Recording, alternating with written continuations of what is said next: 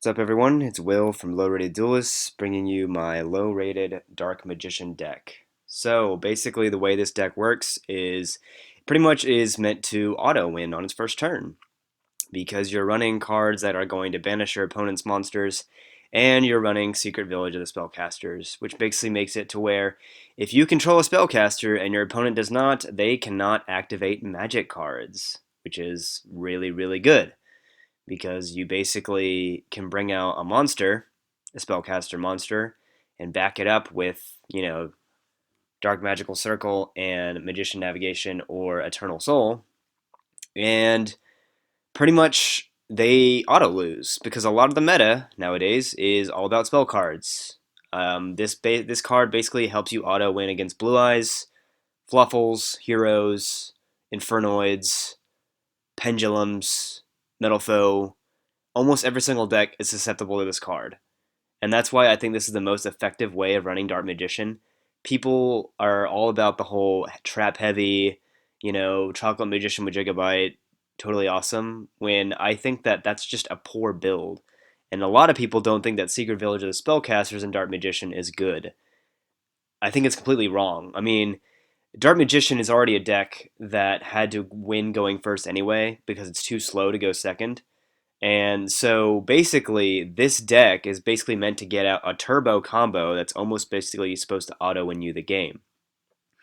It gets you basically because the thing that made Dark Magician lack consistency, I think, was the fact that you had to have like at least three cards for it to be effective. You had to have Circle, you had to have a Dark Magician, and you had to at least have Magician's Navigation or Eternal Soul. Those are pretty easy access to get in this deck now. Apprentice Magician gets you a Dark Magician and cards in the graveyard. Magician's Rod gets you any Dark Magician spell or trap.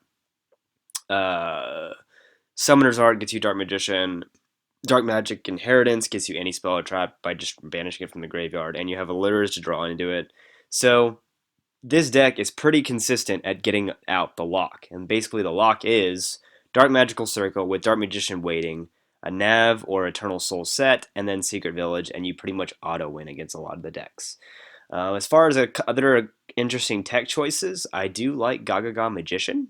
So Gagaga Magician, I like this over Chocolate because he's a dark spellcaster, so I can allure him or I can summon him off from navigation. But on top of that, he can make his level anywhere from 1 to 8. And so, you can use him to go into rank 4s with Monk, or rank 6s with Apprentice, or rank 7s with Dark Magician, or rank 3s with Magician's Rod. So I think he just has more. Because when I was running Chocolate Magician, I just realized that I had a lot of awkward levels on the field, and I couldn't use them effectively to, go for game or things like that.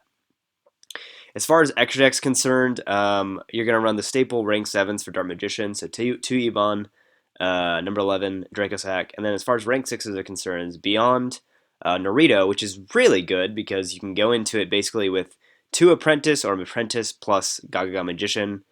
And then it negates a spell or trap during either player's turn. And then on top of that, you can actually overlay even an Illusion Magician over it and then go into, OTKs and stuff like that.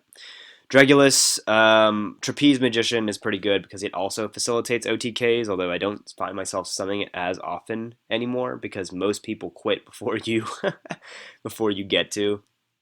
Another card that I think is good for this deck is Daiguster Emerald. So Emerald, basically, most people forget about his second effect. Target one non-effective monster in the graveyard, special summon that target. So you can basically make a rank 4 and then use his effect to special summon Dark Magician from the graveyard. And if you have a, circle, you get to banish a card. It's like a combo. So basically, this deck, the way I designed it, it's basically meant to turbo into going into that first turn lock. And like I said, it struggles going second, but I think that every single Dark Magician build struggles going second because realistically, the deck only is able to really stop one play per turn with Circle and their Dark Magician cards. But if you play Secret Village, you shut down so many decks, and you'll see it in the replays. It's just that is probably pretty much the most effective way I think you need to run Dark Magician. And yeah, enjoy the replays and give suggestions on how I could improve the deck.